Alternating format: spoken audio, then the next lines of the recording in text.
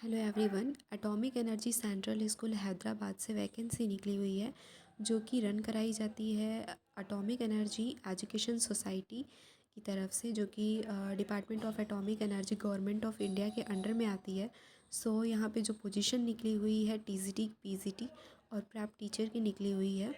सो ये जो पोजीशन रहने वाली है वो कॉन्ट्रैक्ट बेसिस पे रहने वाली है। यहाँ पे एजुकेशन क्वालिफ़िकेशंस देख लें तो टीजीटी इंग्लिश के लिए जो है इंग्लिश आपका ग्रेजुएशन में होना चाहिए इन ऑल द 3 ईयर, और साथ ही साथ बीएड भी होना चाहिए।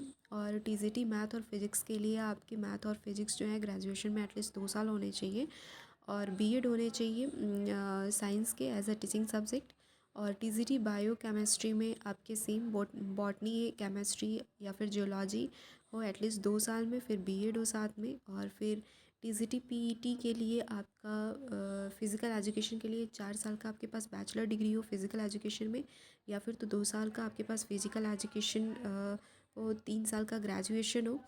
और आपकी प्रोफिशिएंसी होनी चाहिए इंग्लिश मीडियम में टीचिंग करने का। सो पीआरटी के लिए जो है आपका पास होना चाहिए सीनियर सेकेंडरी या फिर हायर सेकेंडरी स्कूल सर्टिफिकेट होना चाहिए, और या फिर इंटरमीडिएट, या फिर हम ये कह सकते हैं कि उसके इक्विवेलेंट जो भी हो। और फिर इंग्लिश आपका सब्जेक्ट होना चाहिए +12 में।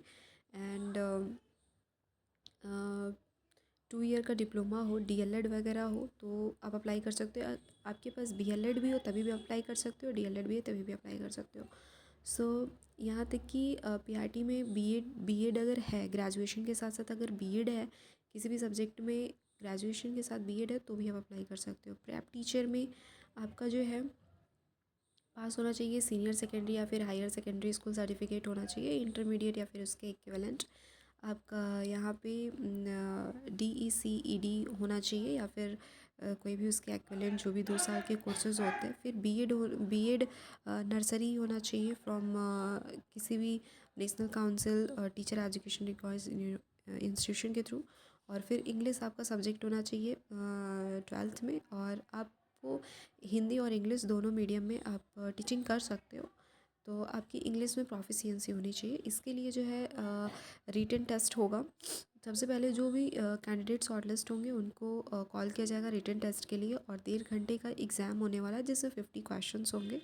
और जनरल कैंडिडेट को 50% एबव मार्क्स लाने होंगे, एंड 45% जो मार्क्स जो है आपको ST SC फिज़िकल कैंडिडेट को लाना होगा, फिज़िकल चैलेंज जो है। फिर उसके बाद आपका स्किल टेस्ट होने वाला है इसमें, और देन आपका सिलेक्शन है। आपका जो सैलरी जो है पीआरटी टीचर के लिए 21,250 रहने वाली है पर मंथ, और कह सकते हैं कि 170 पर पीरियड होगा।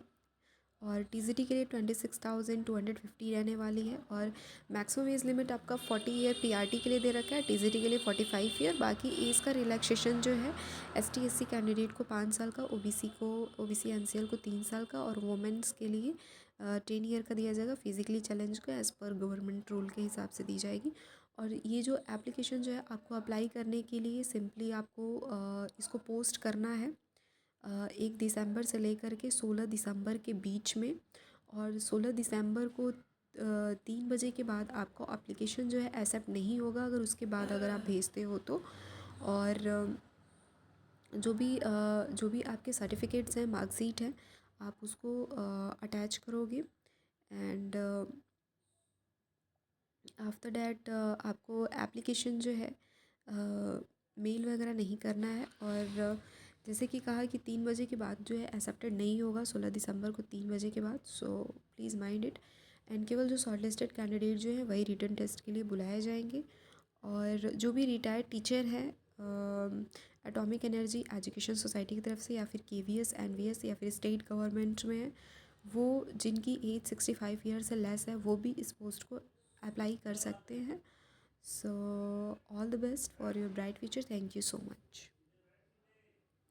एंड एप्लीकेशन फॉर्म मैं अटैच कर दूँगी, उसके साथ आप मेल कर देना। Thank you.